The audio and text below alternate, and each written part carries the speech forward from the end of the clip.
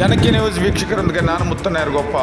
ಹುಣಗುಂದ ತಾಲೂಕಿನ ಐಹೊಳೆ ಗ್ರಾಮದಲ್ಲಿ ರಾಮೇಶ್ವರ ದೇವಸ್ಥಾನದ ಹತ್ತಿರ ಮಲಪ್ರಭಾ ನದಿಗೆ 30 ವರ್ಷದ ಸಂತೋಷ ಮಲ್ಲಪ್ಪ ಮದಿಕೇರಿ ಎಂಬ ಯುವಕನು ನದಿಗೆ ಬಿದ್ದಿರುವ ವ್ಯಕ್ತಿಯನ್ನು ಅಗ್ನಿಶಾಮಕ ದಳ ಕಾರ್ಯಾಚರಣೆ ಮುಖಾಂತರ ಶವವನ್ನು ಪತ್ತೆ ಹಚ್ಚಿ ಶೋಧನೆ ಕಾರ್ಯವನ್ನು ಮಾಡಿ ಆ ಯುವಕವನ್ನು ಶೋಧನೆಯನ್ನು ಮಾಡಿ ಶವವನ್ನು ಪತ್ತೆ ಹಚ್ಚಿದ್ದಾರೆ.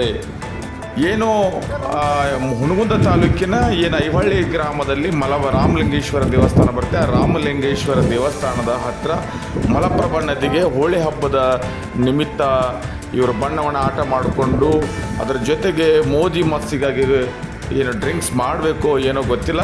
ಒಟ್ಟಾರೆ ಅಲ್ಲಿ ನದಿಗೆ ಹೋದ ಸಂದರ್ಭದಲ್ಲಿ 4 ಹುಡುಗರ ಮಧ್ಯದಲ್ಲಿ ಈ ಒಂದು ಹುಡುಗ ಯಾರು ಇವನ ಮೂಲತಃ ಕುಷ್ಟಗಿ ತಾಲೂಕಿನ ದೋಟಿಹಾಳ ಗ್ರಾಮದ ಸಂತೋಷ್ ಮಲ್ಲಪ್ಪ ಮದಿಕೇರಿ 30 ವರ್ಷದ ಹುಡುಗ ಮಲಪ್ರಭಾ ನದಿಗೆ ಏನು ಕೈ ಜಾರಿ ಬೀಳ್ತಾನೋ ತಳ್ತಾರೋ ಅನ್ನೋದು ಸರಿಯಾದ ಮಾಹಿತಿ ನಮಗಿನ್ನೂ ಸಿಕ್ಕಿಲ್ಲ.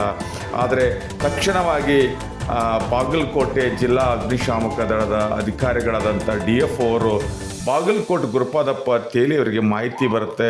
ಮಾಹಿತಿ ಬಂದ ತಕ್ಷಣ ಬಾದಾಮಿಯ ಅಗ್ನಿಶಾಮಕ ದಳದ ಅಧಿಕಾರಿಗಳಾದಂಥ ತಿಪ್ಪಣ್ಣ ಒಡ್ಡರವರ ನೇತೃತ್ವದಲ್ಲಿ ಮಲಪ್ರಭಾ ನದಿಗೆ ಹಾರಿದ ಯುವಕನನ್ನು ಶೋಧನಾ ಕಾರ್ಯಾಚರಣೆ ಅತ್ಯಂತ ಗಂಭೀರವಾಗಿ 5 ರಿಂದ 6 ತಾಸುಗಳ ಗಂಟೆಗಳ ಕಾಲ ಮಲಪ್ರಭಾದ ನದಿಯಲ್ಲಿ ಶೋಧನಾ ಪ್ರಾರಂಭ ಮಾಡಿ ಕೊನೆಯದಾಗಿ ಆ ಯುವಕನನ್ನು ಶವವನ್ನು ಪತ್ತೆ ಹಚ್ಚುವುದರಲ್ಲಿ ಅಗ್ನಿಶಾಮಕ ದಳದ ಪಾತ್ರ ಮತ್ತು ಸಾರ್ವಜನಿಕರಿಗೆ ಮೆಚ್ಚುವಂಥ ಕಾರ್ಯವನ್ನು ಯಶಸ್ವಿಯಾಗಿ ಅವರು ಕಾರ್ಯನಿರ್ವಹಿಸಿದ್ದಾರೆ.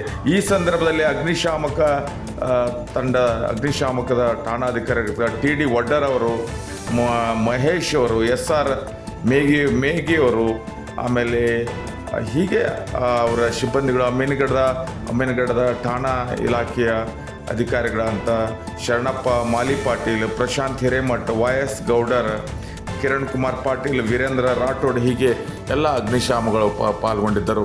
ಒಟ್ಟಾರೆ ಹೇಳುವುದಾದರೆ ಶವವನ್ನು ಪತ್ತೆ ಹಚ್ಚಿದ ಅಗ್ನಿಶಾಮಕ ತಂಡಕ್ಕೆ ಸಾರ್ವಜನಿಕರು ಮೆಚ್ಚುಗೆಯಾಗಿದೆ. ಈಗಾಗಲೇ ಪೊಲೀಸ್ ಠಾಣೆಗೆ ದೂರು ದಾಖಲಾಗಿದೆ.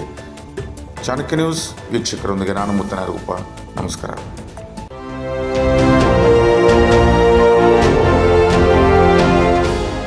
ಚಾಣಕ್ಯನ ಛಲ ಜನರ ಪರ, ಸದಾ ಶುದ್ಧ ಸುದ್ದಿಗಳೊಂದಿಗೆ ನಿಮ್ಮ ಚಾಣಕ್ಯ ನ್ಯೂಸ್.